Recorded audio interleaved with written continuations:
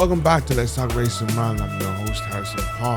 Today we are going to talk about the current discussion that is taking place between African Americans and British or European Africans. Well, I like the term American Africans. I learned it from Dr. Umar, where he he believes and he knows that we are Africans originally. And I think he said something like, the American comes after the fact or something like that. He explained it very well. But basically, we're Africans. American African means that you are first an African who's just, I guess, raised or socialized in Europe or in the diaspora, anywhere in the diaspora. There's been a few debates going on at the moment. The debate, one of them being, do African Americans look African? Or American Africans, do they look African? This is a debate where it's quite odd. It's quite silly. But I seen a brother who had an amazing take where he kind of said, listen, Africanness has been attached to poverty for such a long time. When we think about how the white man has always had power over the narrative and what he wanted to paint of Africa. And if you think the fact that most times you hear about Africa, one of the main things that will come to your mind is poverty. Is either we maybe have now some good media happening with the likes of, our entertainers, Burna Boy or Davido or any of the sorts. But we know that poverty was definitely one of the main things that people were running from. Even us Africans growing up in the diaspora, we ran from being too African. We wanted to be the luxurious African or the tropical African, the European, the westernized, the put together African. So I don't put that past African Americans because people are still doing it here. It was just something that we actually had to be attached to. And we can talk about names as well. Most people I know, would always try to shorten their name or change their name. I myself, actually, the name I have came from a Bible verse. I actually was baptized Paul. I was a very kind of disobedient child growing up. And Paul was a name that was given to me because it's a funny story. I might as well share it now. I remember I kind of cried to my mother, like, I tried to do good, but I can never seem to do good. And I think that the scripture that Paul said, I what I will to do, I don't do. I think that definitely came to her mind. And that day she read me. I was very young. She read me the Paul story about how he was met in Damascus and he fell off his horse and everything like that. And from that day, actually, I took on that name. She baptized me, and that was when I was baptized. So that's what that name for me, actually, that's where it comes in, right? But growing up, a lot of the time, people would change their names for reasons I'm not sure behind it. But majority of the time, I would see the reason being it was a long name. You didn't want to seem or come off as too African. You wanted to come off as westernized and advanced or not primitive.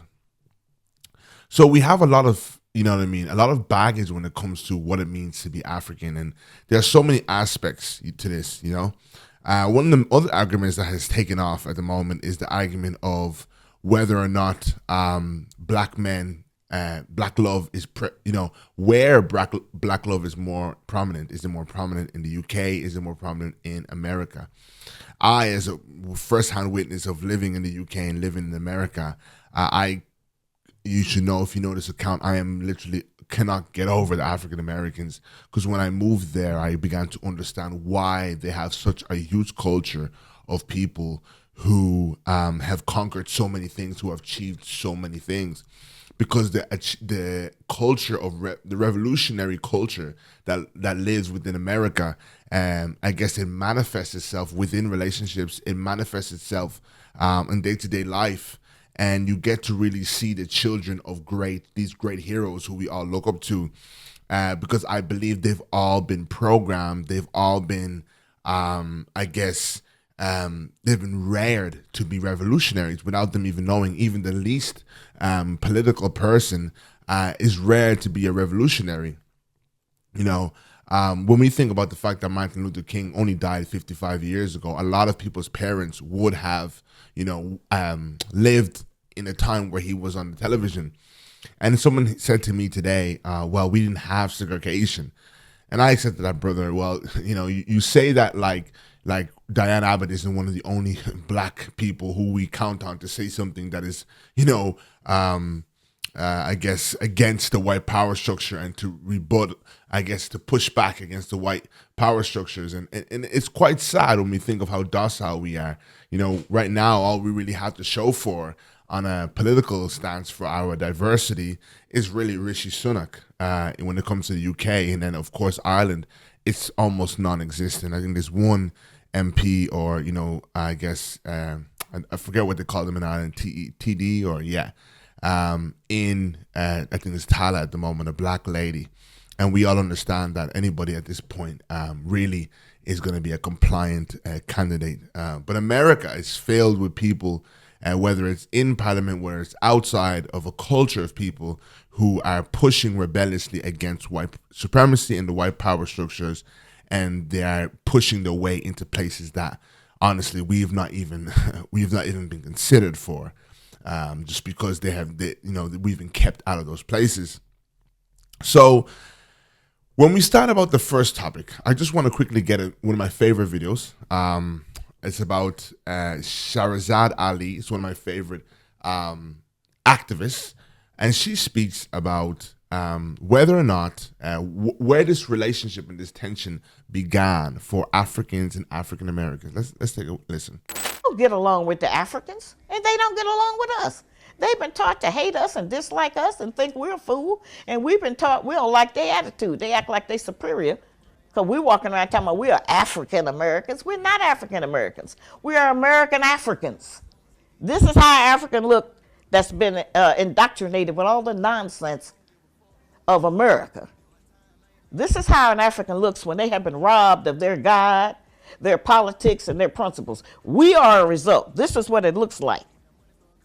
We don't have to pretend that we're not superior. Certainly the black man. So one of the things that I think that we fail in this current generation is to understand that actually our greats, like Shahrazad Ali and like Malcolm and like Martin, they actually coexisted in a very positive way with the likes of, Thomas Sankara and any other black leader, African leader at that time.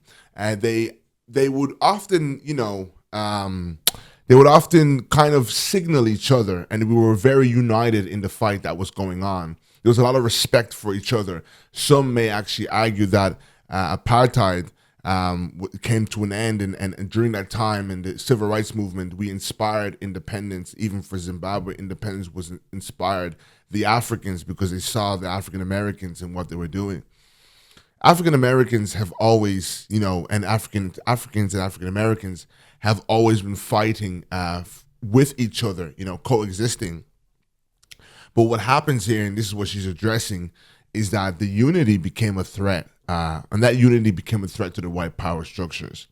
And with that comes, there's an agenda, and with this agenda, right, what it means that they're going to always try to, how do I say it, pin two people against each other. This is why divide and conquer, divide and rule was definitely something that happened even in the midst of when we were being subdued. Divide and conquer, when we think about Igbo and Yoruba, dividing has always been the main thing that has brought us down as people. And as we can see here today, here we are again, nothing new under the sun. We are under a divide yet again.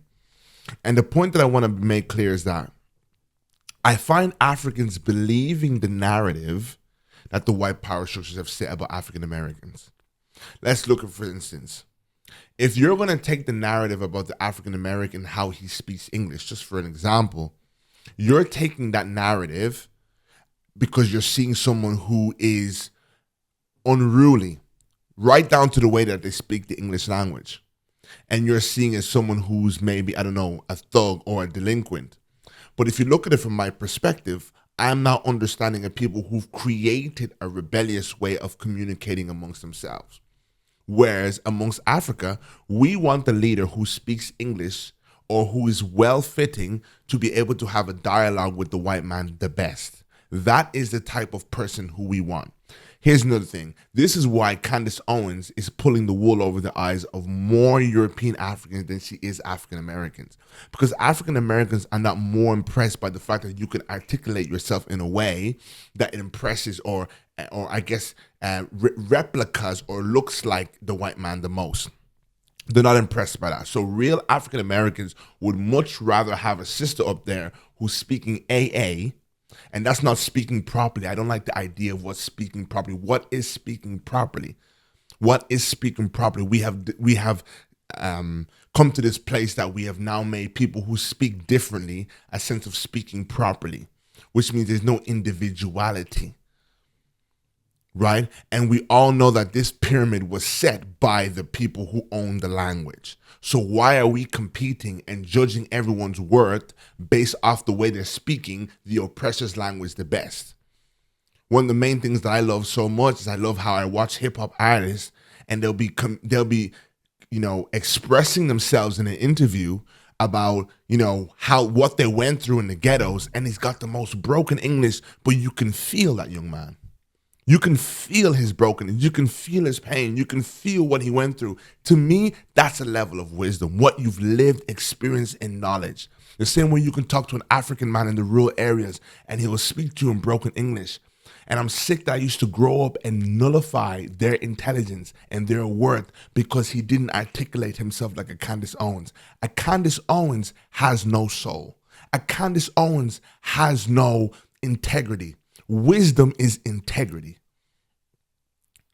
She goes where the money is. We need to stop equating articulation or how you articulate in regards to the white man and what he deems as articulate and making that how we deem intelligence and self-worth. So we have a lot of stigmas against the African Americans. One being how they talk, the culture, the rebellious culture. But you have to understand, African, is that he created this narrative because you had people for generations now, for years, who have been causing him problems because of how disobedient they are. The very thing that we need them to be. So he creates a narrative and demonizes their lack of compliance. He demonizes that in order to create a narrative to dismantle their movement, or rather put a dent in their movement. That they're not intelligent people. They're not worth what they're looking for. Because look how unruly they are. Might I add, anybody who's currently in the diaspora in Europe, I am noticing there's this new word going around about diversity and inclusion. I'm seeing it everywhere. That little diversity and inclusion thing that you're having in your workplace went for them fighting for George Floyd's death. And now here you have it in the UK or in Ireland enjoying this newfound diversity and inclusion program that started because African Americans were fighting, yes, for a man who was not perfect. But they understood it ain't gotta be perfect for us to get our rights. See, they're smart enough to know, guys, I want to go on today. They're smart enough to know that that is the box the white man wanted to put us in. You only deserve human rights when you are perfect, when you come up to my standard. Now, the African tells themselves, and I was representing a young black boy quite recently, and it was that same narrative. He did make a mistake. He did make a mistake within school, and I was representing him in his school, and his mother's an African, and she was like, he made a mistake. I said, no. We have a right to make a mistake. And he has a right to be judged as a human being.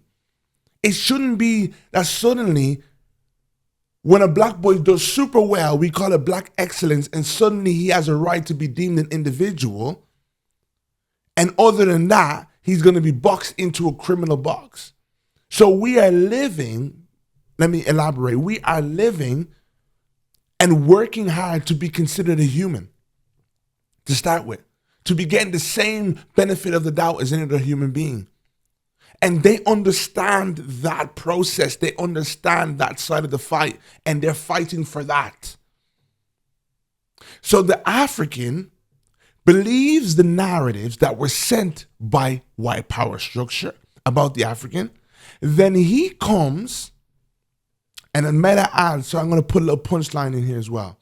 The very same thing is happening slightly, not as a big degree, but to a degree with the Jamaican and the African here in the UK. See, the Jamaican came in the Windrush generation, and they were brought, much like the African Americans, they were brought. Now when they're brought, they're being told how much liberties they can and cannot have. And they've understood, same with the African Americans, after the long length of time they've been there, in proximity with the white man. Proximity is the most important thing you need to understand. With proximity comes experience. It doesn't come time to grow in that country. It comes experience. What do I mean by experience? You get to know the oppressor better. What do I mean by getting to know the oppressor better? You know that trying to comply will not get you that ring you're looking for at the end of the day. Will not get you that role you're looking for at the end of the day. Will not get you what you want at the end of the day. It is fighting that will get you what you want. It is fighting for your respect. It is fighting to wash away the residue of white supremacy. So follow me here. The Jamaicans and the African Americans have been there fighting close proximity with the oppressor for quite some time. And then the African comes, and the white man understands the African has just come from a place, by the way, that I have destabilized through neocolonialism, but I'm going to guilt trip the African to feel that, if you come into my land and you obey me better than the Jamaican from the Windrush generation was, and better than the African American has, I will give you opportunity. See, I'm giving opportunity.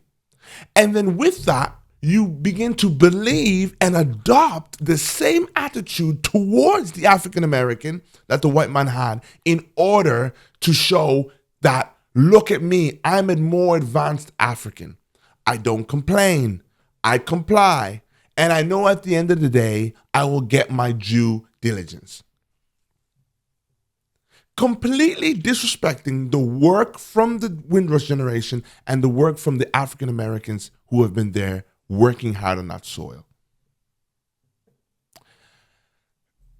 So I have to, in many ways, empathize with the African American, because he's watching the demeanor of the African arrive on American soil, who wants to completely dismantle and destroy everything he has built up. Please listen to me when I say this. It's not only what he has physically acquired for himself, it's what he has psychologically acquired for himself. There is a demeanor in which he has taught his people to have. There is a demeanor that Malcolm worked hard to acquire. There is a demeanor that, Kwasi worked hard to acquire. There is a demeanor that Dr. Umar, there is a demeanor that Marcus Garvey, there is a demeanor that James Baldwin, there is a demeanor that Huey P. Newton, there is an African American demeanor that they fought to have when living in proximity with the white man. And it was not a compliant one. And then here comes the African thinking the best way is obedience. Would you not hate an African too? Would you not hate a pick-me too? And then with that being said, he's feeling like he's better than you. Let's move on, because I could stay on this point all day long. Let's move on. I'm going to play this quick Dr. Umar clip for you guys to see it. And yeah, it's amazing. Because right now in America, we have a ridiculous dialogue going on because there's some reactionary self-hating Africans who are trying to convince other American Africans that they don't come from Africa, that they were already in America. They're positing that America, the American continent, was a cradle of civilization. Mind you, no scientific research at all backs this theory up. Okay. Even Europeans can't dispute. It's indisputable. The Chinese just came out last month. One of the top geneticists in China who now stated that their first ancestor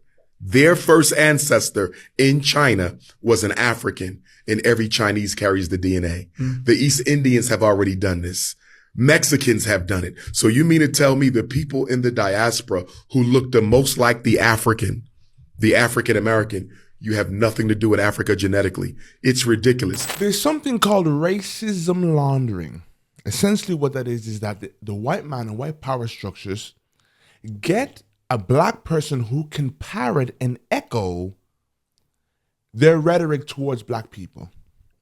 And essentially that mentality or that perspective is then cleansed by the fact that it's coming from a black person, i.e. Candace Owens. What Africans do not understand is that the most useful person to them is going to be the African American. Africans complain about their leaders. One thing Africans do not understand that if you were to put an African American as your leader, Africa will go very far. Due to the lack of proximity that Africa has had with the white man, we are not understanding what kind of energy and what kind of demeanor we must hold when face to face with him. The best person who can teach you that is an African American. How would I put it this way? When I went to America for the first time, I remember now, especially when I'm conscious, I can recollect those environments. I can recollect those interactions with African Americans. And to cut to the chase and make everything small, I remember there was a running joke they kept telling me was, "Oh, you Irish? Oh, you Irish?" You know, they would say things about, like, you know what I mean? I remember there was an incident that was taking place and we were kind of talking about, you know, what it is to be a black person. I was kind of like, what? Like, I don't see it like that, you know? I don't see it, you know? And, "Oh, you Irish," you know? And that joke kept running throughout that, you know, that time I was kind of with that group of people before I moved on. And then, in fact, the next time I was with another group of people, the same joke came up again. And what I realized is those people could see the white man's imprint on me. They were able to see the imprint of the white man on me. They were able to see I was socialized by the white man. They were able to see that when I was conscious of the white man. How do I explain this? When I went to live with African Americans, I don't know how to explain this. Irish Africans, please follow me on this. I was watching a people who had an identity as though there were no white people around.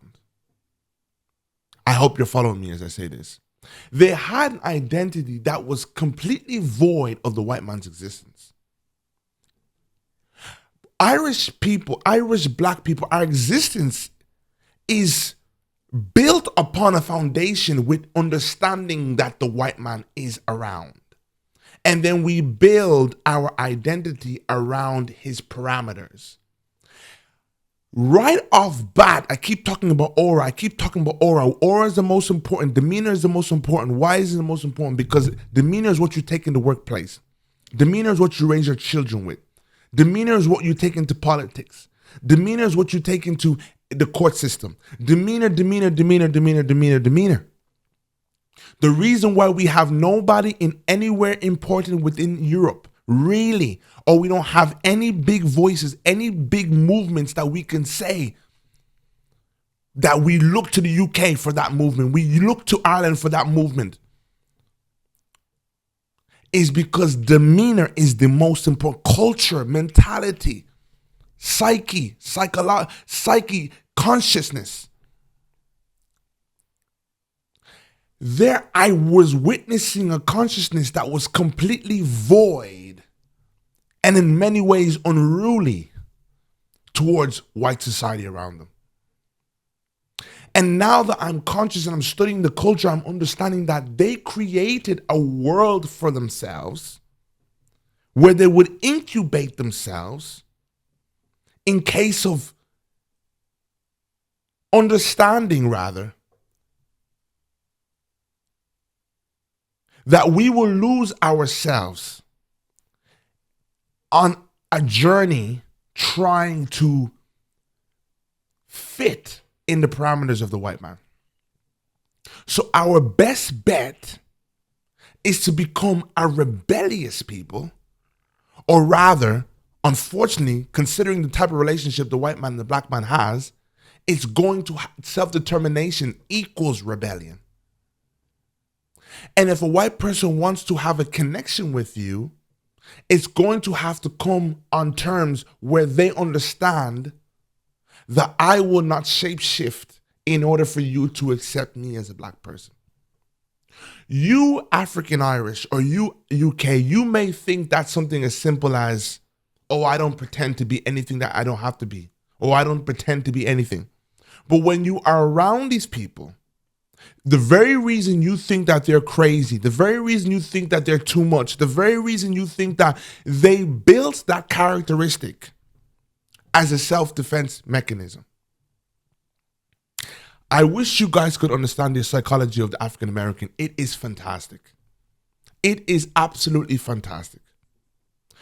Shade Room is just a way that we can understand. BET is where it started. Shade Room, I love to go in Shade Room, especially when a world issue happens. I love to go to the comment section in Shade Borough, and in the comment section in Shade Room, you have two different psyches. Two different streams of consciousness. You have two different species of people. No wonder they do not want to be associated with us. They are so self-determined. That is why Shade Room is the main hope for black people. Why isn't Shade Borough bigger than Shade Room? I'm telling you now, someone who's lived in both places. Shade Borough is a representation of the people. You could never put the owners of Shade Borough to run the page of Shade Room, and the African American people do not notice the difference. They would boycott that page so quickly. But I believe Shade Borough is exactly what the British African is. A very, very flawed and faulty pro-black page and ideology. Very, very conscious of the white man that surrounds them. I want to play another clip for you guys. It is a black woman sharing her thoughts on interracial relationships and the differences she felt when she went out to America, and she met with African Americans. And she's getting slack for it.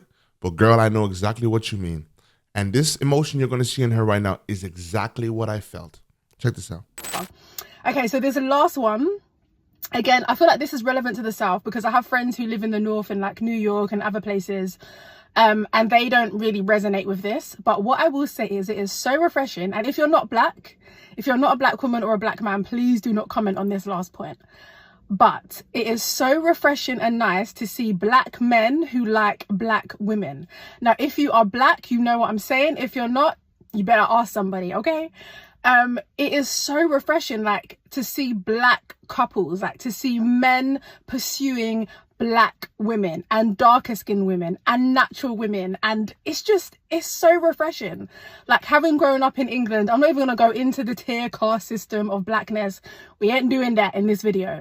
But yes, my final point and observation and thing that I just think is so incredible is seeing black men pursue black women, love black women, respect black women, want to be with black women, want to have black children, want to have a black family. Like, oh my days, incredible.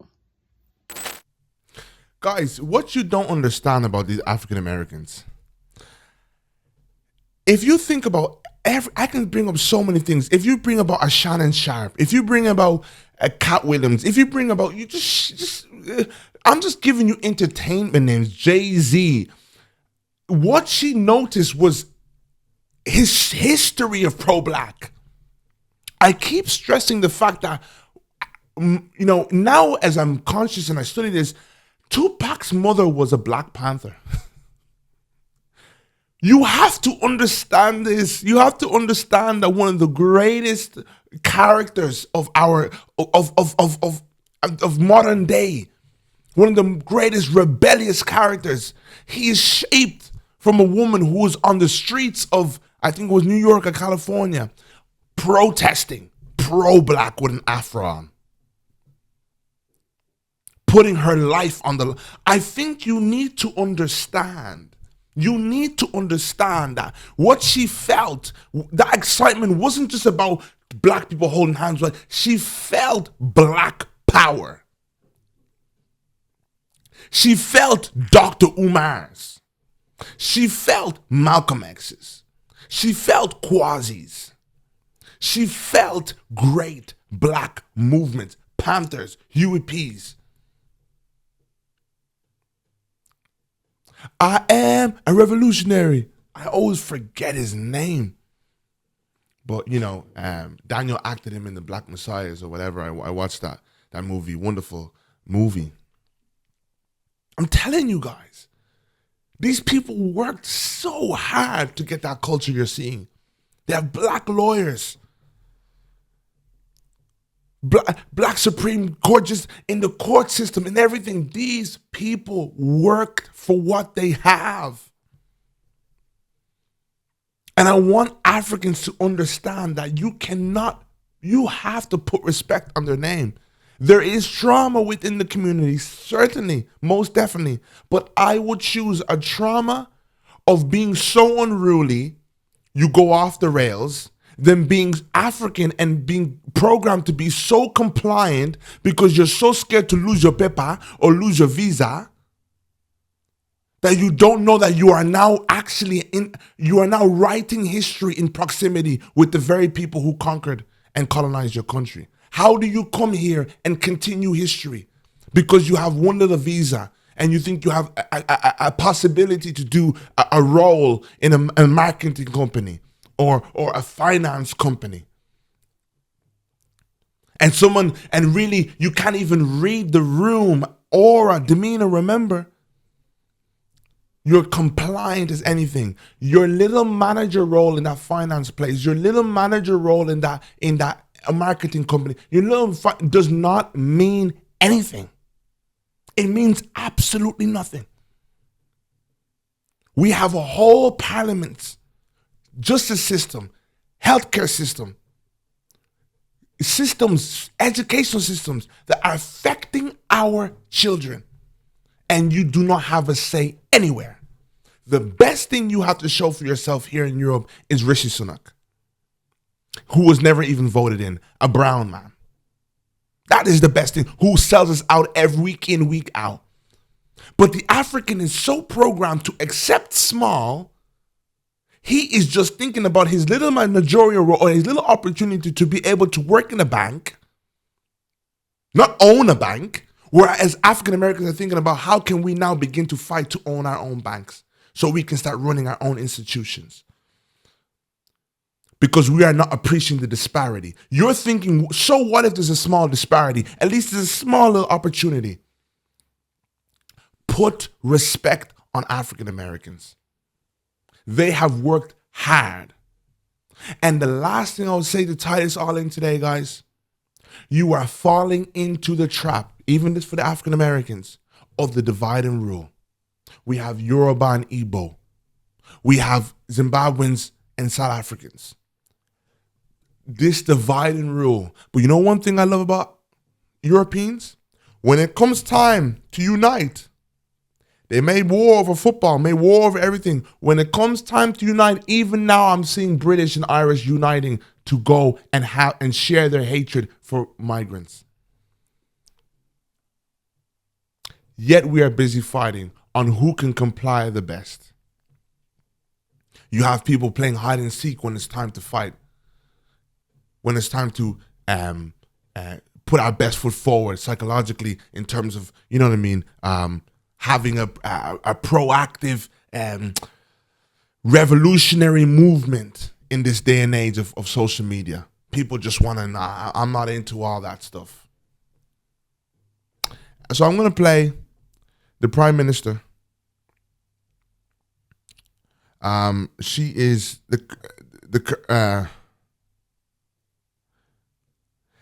Honorable Prime Minister Motley talks about the future direction of the Caribbean and Africa. Check this out, guys. Your continent is our ancestral home, and we are related to you in so many ways because Africa is in us and we're not simply from Africa.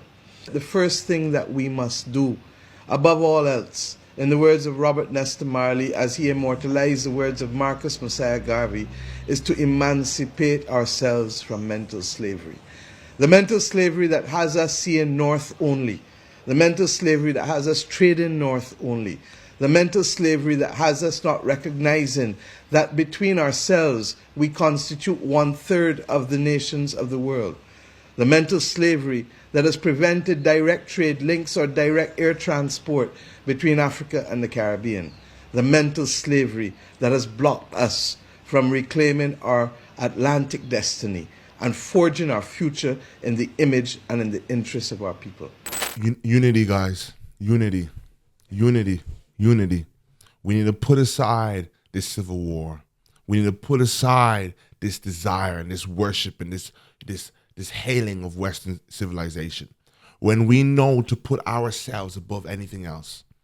And I do not blame the African Americans, because they're meeting a bunch of Africans who they cannot even relate to socially. They are born and raised fighters, born and raised rebellious. And here comes a guy on the plane who's just happy because he's not, I guess, he has a visa. And they're not happy about a visa. So I don't blame African Americans. I'd be upset too if I've put in work fighting and then someone is using an African as to launder his racism and show, oh, look, I am inclusive.